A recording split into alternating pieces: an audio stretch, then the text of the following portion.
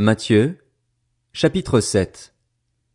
Ne jugez pas afin de ne pas être jugés, car on vous jugera de la même manière que vous aurez jugé et on utilisera pour vous la mesure dont vous vous serez servi.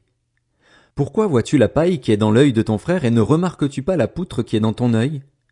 Ou comment peux-tu dire à ton frère, « Laisse-moi enlever la paille de ton œil », alors que toi, tu as une poutre dans le tien?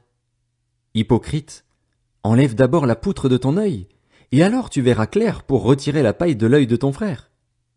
Ne donnez pas les choses saintes aux chiens et ne jetez pas vos perles devant les porcs, de peur qu'ils ne les piétinent et qu'ils ne se retournent pour vous déchirer. Demandez et l'on vous donnera. Cherchez et vous trouverez. Frappez et l'on vous ouvrira. En effet, toute personne qui demande reçoit, celui qui cherche trouve et l'on ouvre à celui qui frappe.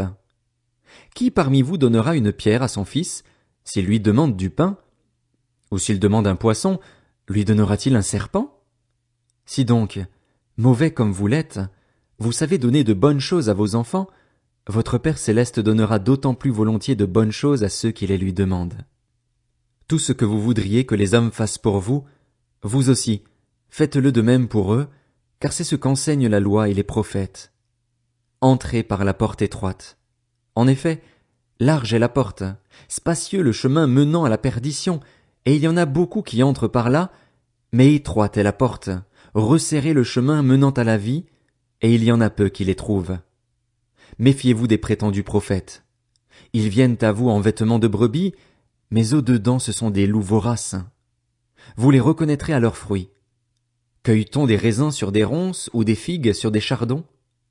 Tout bon arbre produit de bons fruits, mais le mauvais arbre produit de mauvais fruits. Un bon arbre ne peut pas porter de mauvais fruits, ni un mauvais arbre porter de bons fruits. Tout arbre qui ne produit pas de bons fruits est coupé et jeté au feu. C'est donc à leurs fruits que vous les reconnaîtrez. Ceux qui me disent « Seigneur, Seigneur », n'entreront pas tous dans le royaume des cieux, mais seulement celui qui fait la volonté de mon Père céleste. Beaucoup me diront ce jour-là « Seigneur, Seigneur, n'avons-nous pas prophétisé en ton nom? N'avons-nous pas chassé des démons en ton nom?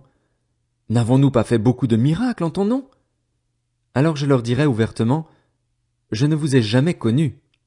Éloignez-vous de moi, vous qui commettez le mal. » C'est pourquoi, toute personne qui entend ces paroles que je dis et les met en pratique, je la comparerai à un homme prudent qui a construit sa maison sur le rocher.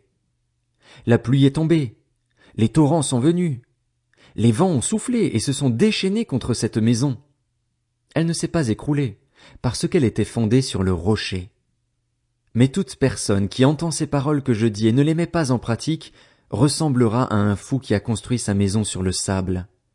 La pluie est tombée, les torrents sont venus, les vents ont soufflé et se sont abattus sur cette maison. Elle s'est écroulée et sa ruine a été grande. Quand Jésus eut fini de prononcer ces paroles, les foules restèrent frappées par son enseignement, car il enseignait avec autorité et non comme leurs spécialistes de la loi.